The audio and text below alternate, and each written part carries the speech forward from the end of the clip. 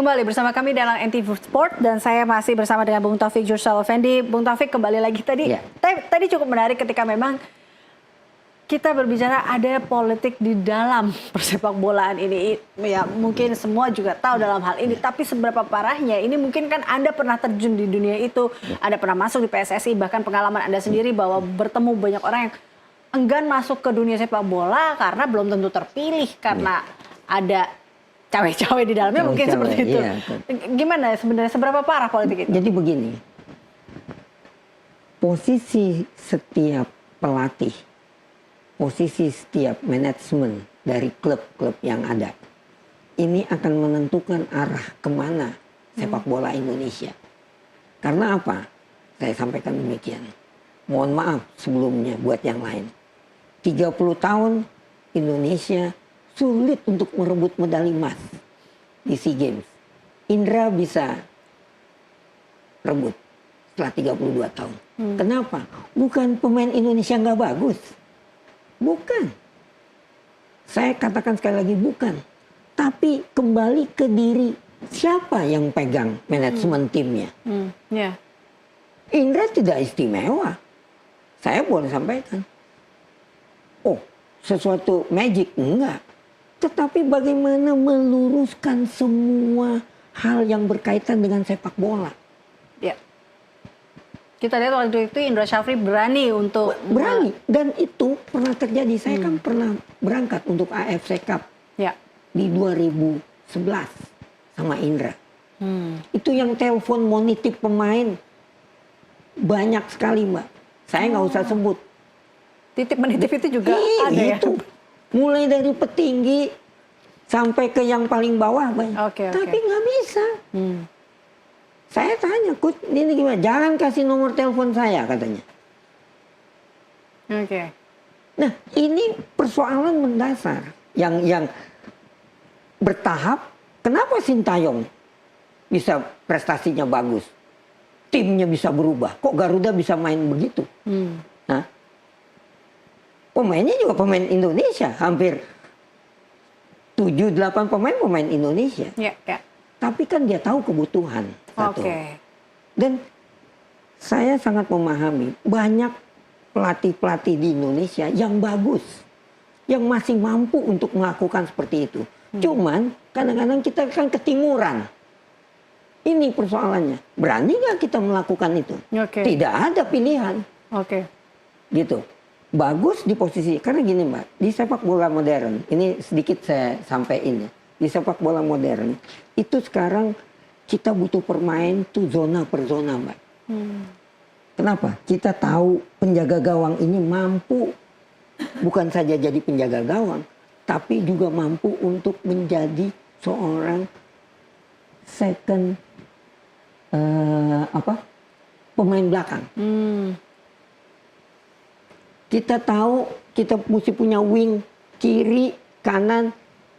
Kalau dulu orang bilang back, cuma jaganya di belakang nggak bisa. Sekarang dia ikut nyerang. Nah, kebutuhan-kebutuhan itulah yang dihadapi sepak bola modern. Nah, itulah sekarang yang kita bisa lihat. Football is not magic. Itu yang selalu saya bilang. Nggak ada magic. Nggak ada. Magic dari mana? Football butuh ketegasan kalau gitu. Football butuh ketegasan. Untuk menghadirkan pemain-pemain yang bagus dan berkualitas. Bagus, regulasi yang bagus. Ya kan? Wasit yang bagus. Itu yang akan membuat sepak bola itu akan menjadi. Ambil contoh. Kapan Inggris juara dunia? 1966 sampai hari ini liga apa yang paling terbaik di dunia? Liga Inggris.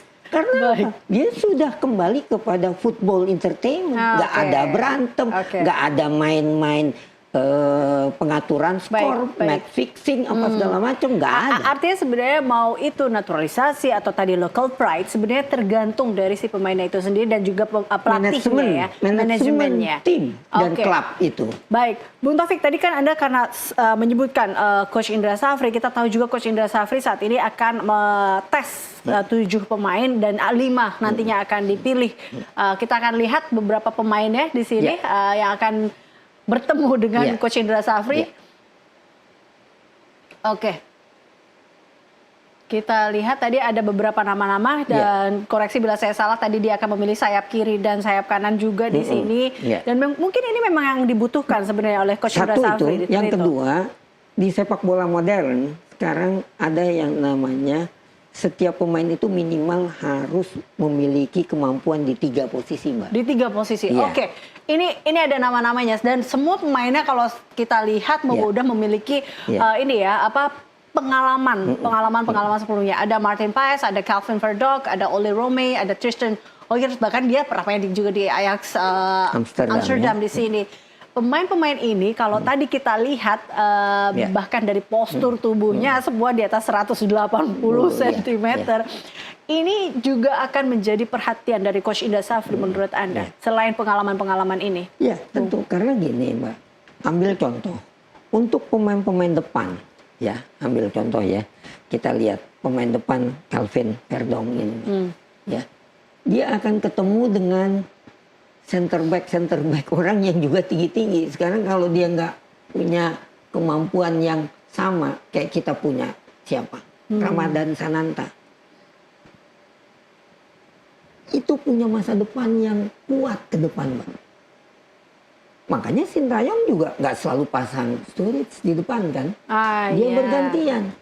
Jadi kita juga jangan selalu berpikir bahwa wah ini akan terjadi begini. Enggak. Saya percaya. Saya ada di lapangan. Masih banyak pemain Indonesia, tapi kita belum munculkan. Munculnya dari mana, Mbak? Bukan seleksi. Kembali lagi saya bilang apa? Kompetisi berjenjang yang harus digelar. Bukan seleksi, sekarang ada 300 orang seleksi, terus 2 hari kepilih 10, 15, itu nggak bisa. Nggak bisa. Indra Safri pernah ngomong apa? Kita perlu 10.000 jam. Berarti kan dia dari umur 12 sampai umur sekian.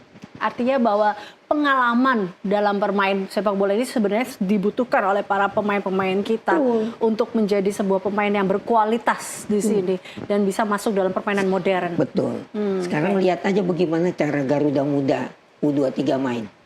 Udah, kita nggak usah banyak. Ini kalau semua lihat itu cara bermainnya, ya boleh dikatakan mirip-mirip lah. Begitu sama indah ya kemarin ya, benar-benar. Betul. Dia boleh kalah. Betul. Tapi dia paling tidak bermainnya enak. Trofi. Betul. Dia boleh, belum apa.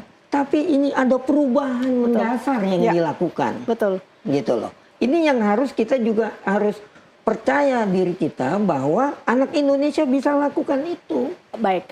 Bung Taufik terakhir, mungkin terkait dengan dilema, seharusnya tidak ada dilema, seharusnya mungkin tidak ada pertanyaan lagi naturalisasi atau local pride di sini. Timnas tetaplah untuk Indonesia seperti itu, ujung-ujungnya artinya adalah bahwa apa mungkin yang ingin Anda sampaikan di sini terkait dengan bagaimana kemudian di sini pemain kita bisa bermain lebih baik lagi di bawah mungkin pelatih siapapun nanti, Sintayong ataupun Indra Safri atau siapapun nanti yang bisa membawa pemain-pemain kita ini bisa lebih baik lagi, baik itu pemain naturalisasi ataupun pemain lokal kita. Jadi begini Mbak Elisa, yang pertama zaman sudah berubah, ini adaptasi harus dilakukan. Ambil contoh ya, kita sebagai manajemen football, saya biasa menggelar kompetisi, punya klub apa, nggak punya dana untuk sekolah ke Barcelona, nggak punya dana untuk pergi kemana, ini segala macam. Sekarang sudah ada internet, sudah ada Google. Anak-anak sekarang lebih mudah ketika saya tahun 77-78 main bola, mau ngelihat di mana kalau ngelihat di TV. Sekarang tinggal tergantung mereka mau tidak mendevelop. Nih mohon maaf nih, saya aja kaget ngelihat NTV Sport ini dengan studio yang spektakuler seperti gini. Ya kan, nggak bukannya apa-apa. Karena apa? Loh, kalau kita hanya tampilkan, maaf ya, podcast yang ini, kan nggak bermanfaat juga. Nggak ada manfaat kalau saya bilang. Nah, jadi begitu juga di sepak bola. Anak-anak yang mau maju, manajemen sepak bola yang mau maju, nggak usah pusing. Dia tinggal buka Google. Makanya kadang-kadang saya di keluarga ini apa ya, saya sampaikan, kita bukan yang ngelihat yang lain, tapi malah belajar sepak bola di Google. Seperti saya, nonton bola itu udah bukan nonton sepak bola lagi, belajar. Artinya sebenarnya kalau mau belajar bisa. Okay. Semua kan udah terbuka dengan adanya internet, adanya medsos, YouTube segala macam. Tinggal keseriusan dan pembinaan pemerintah dan pemerintah juga sudah serius. Sekarang tinggal manajemen dari klub-klub, manajemen dari sekolah sepak bola dan akademi sekarang. Oke. Kita tunggu. Itu aja Mbak Elisa. Kita tunggu, tentunya tidak ada lagi dilema terkait dengan naturalisasi. Kembali lagi kita yang butuh adalah pemain-pemain yang berkualitas untuk Indonesia. Terima kasih. Terima kasih Bung Taufik telah bergabung bersama kami. Dan pemirsa, kami masih akan kembali usai jeda. Tetaplah bersama kami dalam NTV Sport. Terima kasih Mbak Elisa.